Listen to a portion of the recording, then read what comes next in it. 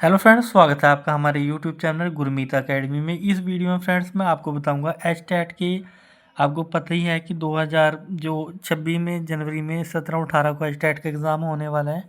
उसके रिगार्डिंग हम बात करेंगे। जो उसमें हम हरियाणा जी के जो प्रीवियस ईयर पेपर्स में क्वेश्चन आए हुए हैं उनको मैं डिस्कस करूँगा।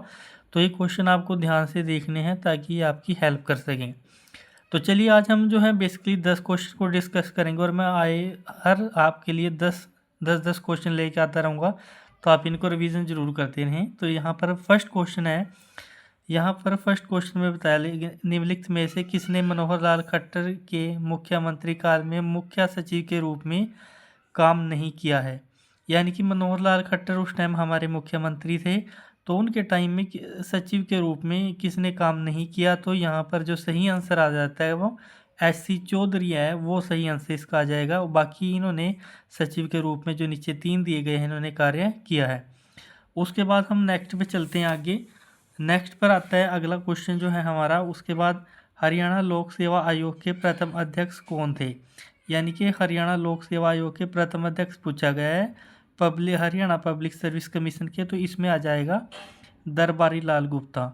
जो दरबारी लाल गुप्ता थे वो जो हरियाणा लोक सेवा आयोग के प्रथम अध्यक्ष थे। उसके बाद अगला क्वेश्चन जो है, अगला क्वेश्चन इसमें देखने को मिलता है। यहाँ पर मिलान आपको करना है, निम्नलिखित में से कौन सा सही सुमेलित है। यानी कि मिलान करना है।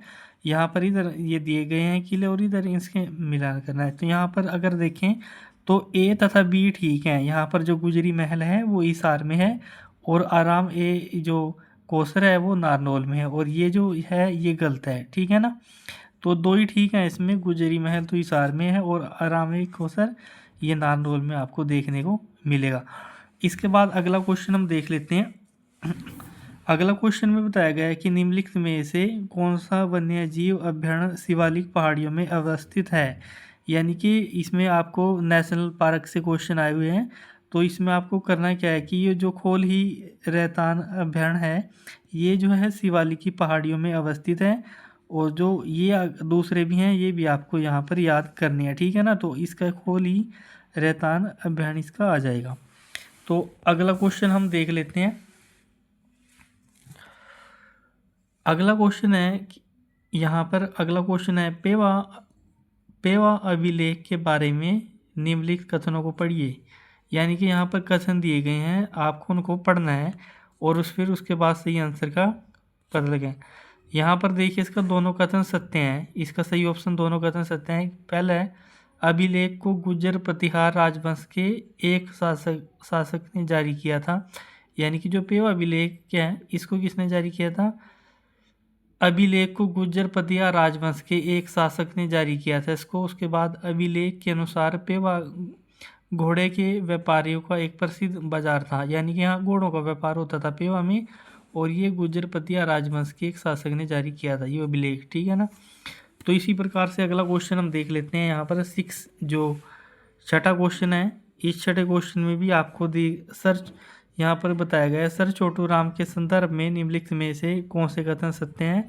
तो यहाँ पर सत्य बताना है। यहाँ पर जो देख लेते हैं, यहाँ पर जो कथन A B और C जो है वो सही हैं। ठीक है ना। तो यहाँ पर 3 जो हैं ये सही हैं, तीनों के तीनों कथन यहाँ पर।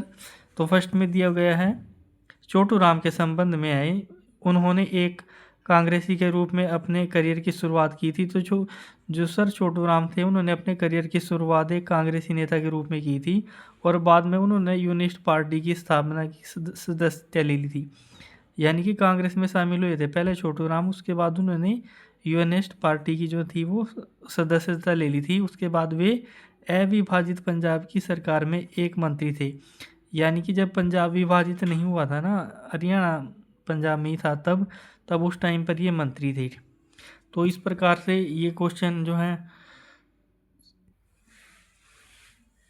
उसके बाद अगला आ जाता है इसमें 87वां क्वेश्चन, भारतीय सूचना प्रौद्योगिकी संस्थान कहाँ स्थापित किया जा रहा है। यानी कि जो Indian institute of information technology ये स्थापित किया जा रहा है किल्लोहड़ में। यानी कि किल्लोहड़ में जो है भारतीय पूछा है, हरियाणा का नहीं पूछा है, भारतीय सूचना प्रौद्योगिकी संस्थान यानी कि हरियाणा में कहाँ। तो ये जो है किल्लोहड़ किल्लोड़ है जगह, वहाँ पर ये स्थापित किया जा रहा है। तो उसके बाद अगला क्वेश्चन हम देख लेते हैं। अगला क्वेश्चन है, निम्नलिखित में से कौन सा जिला रोहतक संभाग का हिस्सा नहीं है। यानी कि यहाँ पर रोहतक डिवीज़न में कौन कौन से आते हैं। तो रोहतक डिवीज़न में झज्जर भी आता है, सोनीपत आता है और भिवानी। तो ये जो रेवाड़ी है ये नहीं आता, ठीक है ना, हिस्सा नहीं है संभाग का। यानी कि देखो, rich of the following district is not part of Rohtak division, यानी कि रोहतक डिवीज़न में ये नहीं आता भाई, रेवाड़ी। बाकी झज्जर, सोनीपत और भिवानी आते हैं, ठीक है ना। उसके बाद अगला क्वेश्चन है 37वां क्वेश्चन इसमें आ जाता है। 37 में सूरजकुंड अंतर्राष्ट्रीय हस्तशिल्प मेले का थीम राज्य कौन सा था। तो भाई जो 37वां अंतर्राष्ट्रीय सूरजकुंड मेला है, इसके थीम राज्य है और थीम स्टेट है, और थीम में जो देश आते हैं वो याद करने हैं।